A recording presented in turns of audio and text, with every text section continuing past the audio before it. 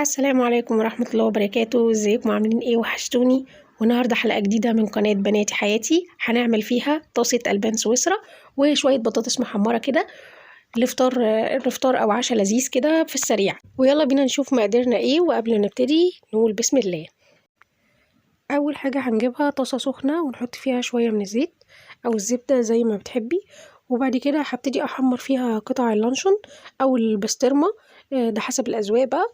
وممكن كمان أحمر معاها قطع من البانيه المتحمرة البايتة عندك مثلا من امبارح، ممكن كمان قطع من الجمبري حسب الأذواق بتاعتنا. بس أنا هنا عملتها باللانشون، قطعت قطع اللانشون وبعد كده حمرتها تحمير خفيف، وبعد كده نزلت معاها البسطرمة، قطع البسطرمة قطعتها برضو قطع صغيرة وحمرتها معاها آخر التشويحة، تشويحة بسيطة يعني.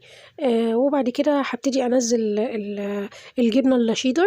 الجبنة اللاشيدر بنزل منها جزء وبعد كده هبتدي أقلبها كويس، وأنزل معاها جزء من اللبن. كمية اللبن بقى بتتوقف عليكي، يعني حسب ما انت عايزة القوام يبقى خفيف أو القوام تقيل، دي حاجة بتتوقف على كل ذوق. أنا بحب القوام وسط زي ما احنا هنشوف كده.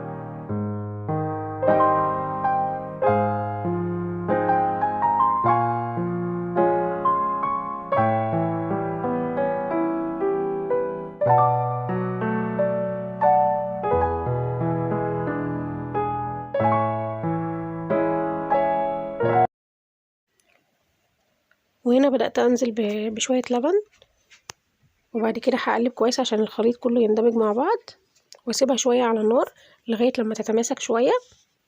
والنار بتاعتي بتبقى متوسطة، ما بتبقاش عالية عشان الجبنة الشيدر ما تتلسعش مني. زي ما احنا شايفين هو ده القوام المظبوط للجبنة ألبان سويسرا.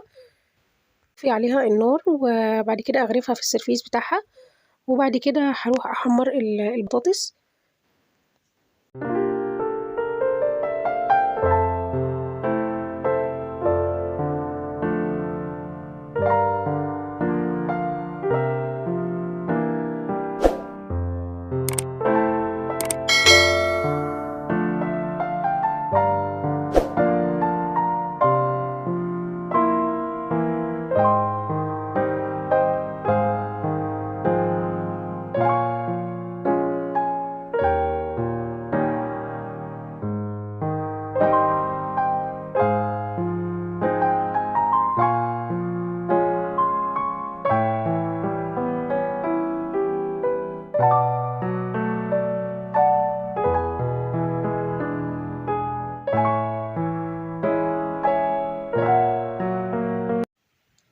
وبكده تكون الوصفة خلصت.